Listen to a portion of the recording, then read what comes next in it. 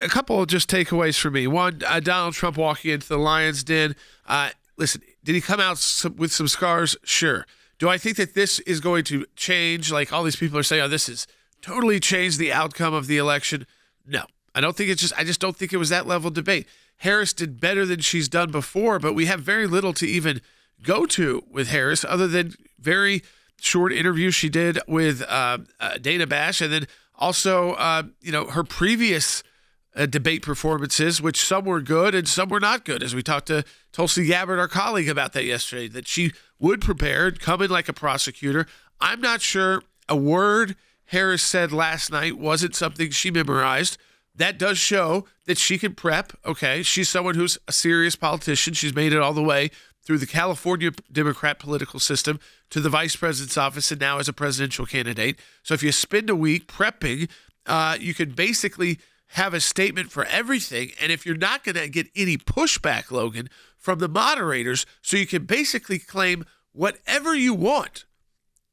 Abortion means this. Roe means this. There's no states that allow this or that. And then it just moves on to another question. Well, that makes it really easy. You just memorize what you're going to say, what you have tested with poll testing to audiences and the group that you're looking to impact the most. And you know that there's not going to be any pushback. And you have a general idea of probably the 5 main topics that are going to come up, and you prep for that. But, of course, they didn't do it to President Trump. Let's hear this sort of supercut of all the fact checks that happened on President Trump and, of course, did not happen on Vice President Harris. There is no state in this country where it is legal to kill a baby after it's born. President Trump, as you know, the FBI says overall violent crime is actually coming down in this country. I just want to clarify here. You bring up Springfield, Ohio, and ABC News did reach out to the city manager there. He told us there have been no credible reports of specific claims of pets being harmed, injured, or abused by individuals. I did watch all of these pieces of video. I didn't detect the sarcasm, lost by a whisker. We didn't quite make it. And we should just point out here as clarification, and you know this, you and your allies, 60 cases in front of many judges, many of them no Republican. Judge looked at it and said they there was said no we didn't have standing. Fraud. Nancy Pelosi was responsible. She didn't do her job. The question was about you as president, not about former Speaker Pelosi. Yes, former Speaker Pelosi is the one who has the ability to protect the Capitol and call on the National Guard. That's her job, separate from the President of the United States. So that's what was talking about there. Talking about those reports about animals, they're everywhere, Logan, and they're not. Again, the idea that ABC said they could get, would a city manager who is basically brought in to be someone who brings small businesses in to their city ever admit to the fact that our people's pets and the ducks in the pond were being taken by immigrants, Haitian immigrants, even if that was true? No, unless there were police reports. And there's probably not police reports, but there's plenty of reporting showing that it's like what they said about Aurora, that the Venezuelan gangs didn't take over. But I've been watching it on video for the last 2 weeks. Yeah, I think that a lot of that is that sort of gray area of what is true and what is reported facts. We reached out to a city manager. I mean, even if you don't want to say that's overblown or whatever it is, these are the issues that are happening around the country. And if you're not staying alert to them, I mean, yes, does it come out as sadly the sort of the comedy moment that Trump may not live down? Sure, that will be what everyone seizes on. That's what all comedians will seize on, because it's so outrageous and outlandish to all of a sudden hear something like they're cooking your pets. A lot of what he said is outrageous and sounds like that until you see it's true. Right. He said that about so many different issues, immigration being one of them, the threat from China, and then what do we see? We see the immigration, just the amount of illegal immigrants into our country, which is hurting our economy. We see the U.S. jobs of American-born workers have gone down, non-American-born workers going up, and we also see the wars raging around the world and getting close to even more potential conflicts. This, again, you were going into a situation where it could be 3-on-1. You're never quite sure.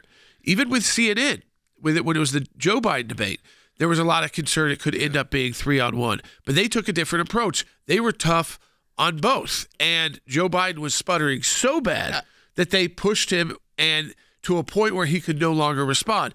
Neither one of the candidates last night got to a point where they couldn't respond. But I think if you are President Trump, you need to get the message out now about what were the lies from Harris. And there were a number of lies, especially when she has to go through that values thing she goes through about, I haven't changed my positions can change, but not my actual values. Everything felt like a lie. It felt like it was a lie over and over and over again. It felt like a night of lies. Let's watch this. A night of people saying what they want to say with no accountability. It really just kept coming up. Even my children, sort of, even when they were watching it, they said that. They were like, this just feels like we're just being lied to. The MAGA hat line didn't go over very well with my kids. They thought it was hysterical. So that went over pretty big. We do have a packed bunch of phone calls right now. Let's go ahead and take one. Let's go to John, who's calling in New York, who is listening on the radio on line 3. You're on the air. Hello, this is Seculo and my fellow Americans.